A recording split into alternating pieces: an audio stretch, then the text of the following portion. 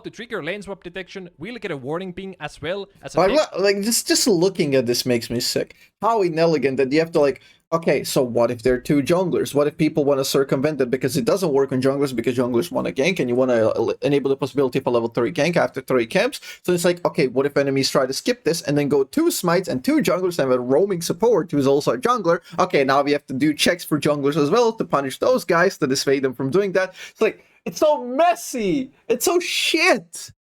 God damn! About to trigger lane swapping penalties. Champions who trigger lane swap detection will have a debuff. So basically, you will get this big-ass text on your screen that you are about to trigger the lane swap penalty. So this change does indeed deny traditional lane swapping. This is like, you have a problem, it's like the flex tape guys, like, boom, just fucking slaps it, you know, flex seal! And it just patches the problem, and it just makes the entire thing ugly as hell. But it also warps the game fundamentally. Like, you cannot invade enemy jungler as a support anymore. You cannot late invade as a team anymore. And it also completely removes playstyles from the game. That's a lot of damage. Did I say it denies lane swapping completely? Well, I meant to say that it actually doesn't remove lane swapping. No, it doesn't, because people can just swap. People can just swap post the timer.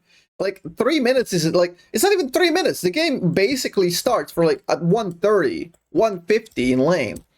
And you have up until 3:30, so you can do 2-3 waves and just do rotation to exactly lanes that you want. You can still do your own tactics on the game and shuffle around. I guess that's the kind of point to remove that guessing game, but again, I'm saying there's better solutions to removal of the guessing game. Lane swap rules, alright? So put your top lane at bot together with your support. You put your bot lane at mid, alright? And then you put your mid lane at top, because obviously the matchups like Aurora, let's say you say Aurora top, into, let's say, a Jax or something, you're laning top, and then your top laner here is a tank, and then after the first wave, you support, you just lane here, you chill, you're not going to get dove, you're chilling, and then your support goes into mid, because the rules and the restrictions are gone from mid lane at 250. Oh, he's like, oh shit, he's doing the ladder, that's crazy, I didn't even think about that. He's doing the ladder because top and mid are, they're asymmetrical, so you can actually go to mid slightly earlier and then do that at a transitioning point to the top lane. Wow. You're lane swapping again. So the detection system doesn't completely remove lane swap, and it can be abused. So what could Riot possibly do about this issue? Well, I asked my fellow content creators what they think about the new system, how it has affected them, and what could Riot do to fix this issue. First, ASAP, the Vel'Koz God.